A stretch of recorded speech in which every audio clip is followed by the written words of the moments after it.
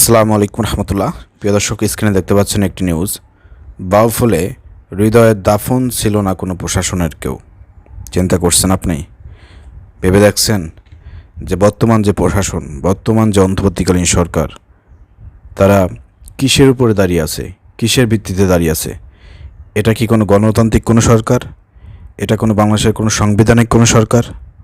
না, এটা হচ্ছে একটি বিপ্লবের সরকার। যে বিপ্লবটি 5 আগস্ট সংগঠিত হয়েছিল, ছাত্র জনতার বিপ্লবের মাধ্যমে এই সরকার গঠিত হয়েছে। যে শহীদদের বিনিময়ে, যে ছাত্রদের হতাহতের বিনিময়ে, হাতের বিনিময়ে, পায়ের বিনিময়ে আজকে আমাদের এই বর্তমান সরকার প্রশাসন দাঁড়িয়ে আছে, সেই শহীদদের মর্যাদা দেওয়া হচ্ছে না, সেই আহত ভাইদেরকে মর্যাদা দেওয়া হচ্ছে না। তারই আর একটা রূপ আমরা দেখতে পারলাম যে বাউফলে আমাদের একজন ভাই, নাম হচ্ছে হৃদয়, তিনি দীর্ঘদিন ধরে গুলিবিদ্ধ অবস্থায় চিকিৎসাধীন অবস্থায় ছিলেন। তিনি আহত ছিলেন। জুলাই আগস্টের বিপ্লবের একজন আহত ভাই, দীর্ঘদিন তিনি চিকিৎসারত অবস্থায় থেকে রিসেন্টলি গতকালকে তিনি মারা গিয়েছেন। ইন্না লিল্লাহি ওয়া ইন্না ইলাইহি রাজিউন। আল্লাহ রাব্বুল আলামিন তাকে শহীদ হিসেবে কবুল করুন এবং জান্নাতের সর্বোচ্চ মর্যাদা দান করুন, এই দোয়া করি।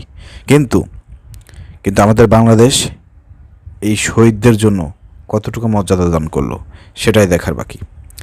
বিশ্বাসঘাতক এই বাংলাদেশ, বিশ্বাসঘাতক এই বর্তমান অন্তর্বর্তীকালীন সরকার, যে সরকার এইসব শহীদদের রক্তের উপর দাঁড়িয়ে আছে, তাদের শেষ সময়ে, শেষ যাত্রায় তাদের পাশে থাকতে পারলো না। আমরা এর তীব্র নিন্দা এবং প্রতিবাদ জানাচ্ছি, ধিক্কার জানাচ্ছি যে এই ছাত্র প্রতিনিধি যেসব লোকজন বর্তমান উপদেষ্টা মণ্ডলীতে বসে আছে, মাহফুজ সহ আরও যারা আছে, হাসিব উপদেষ্টা, হাসিব, মাহফুজ, তারা আপনারা কী শিখতেছেন? এখন আপনাদের তো আসলে কি বলবো, ভালোবাসায় বলার কোনো সুযোগ নাই। বাউফলে আমাদের একজন ভাই দীর্ঘদিন অসুস্থ থাকার পরে তিনি মারা গেলেন, সেখানে আপনারা গেলেন না, তাদেরকে দেখলেন না, সেখানে প্রশাসনিক কোনো লোক গেল না, তাদেরকে সেভাবে রাষ্ট্রীয় সম্মান দেওয়া হলো না। তাহলে এই বিপ্লব কেন করলো তারা? কিসের জন্য করেছে? কিসের জন্য করেছে বলেন? প্রিয় দর্শক, এটাই হলো আমাদের ব্যর্থতা যে আমরা জুলাই আগস্টে বিপ্লব সংগঠিত করেছি, কিন্তু বিপ্লবী সরকার প্রতিষ্ঠিত করতে পারি নাই। যারা ছাত্রদের প্রতিনিধিত্ব করবে, জনগণের প্রতিনিধিত্ব করবে, শহীদ পরিবারকে দেখভাল করবে, শহীদদেরকে যথাযথ সম্মান দেবে, সেই ধরনের কোনো সরকার আমরা প্রতিষ্ঠা করতে পারি নাই। যার কারণে আজকে আমাদের আহত ভাইয়েরা মারা গেলে পারে তাদের কাছে প্রশাসনিক কোনো সম্মান তারা পাচ্ছে না।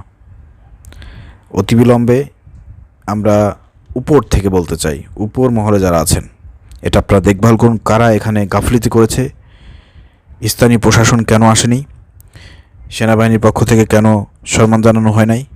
আরও অনেক প্রশাসনিক বিষয় আছে যেগুলো শহীদদের সঙ্গে আপনারা দেখেছেন যে মুক্তিযোদ্ধা যখন মারা যায় বাংলাদেশে, তখন কিন্তু মুক্তিযোদ্ধাদের জন্য একটা আলাদা কিন্তু সম্মান থাকে সরকারের পক্ষ থেকে। কিন্তু আমাদের জুলাই আগস্টের যেসব মুক্তিযোদ্ধারা যারা জীবন দিয়ে, রক্ত দিয়ে এই দেশকে স্বাধীন করলো, দ্বিতীয় স্বাধীন করলো আমাদের এই বাংলাদেশকে, সেই মুক্তিযোদ্ধাদের জন্য সেই সম্মান কিন্তু পাচ্ছে না।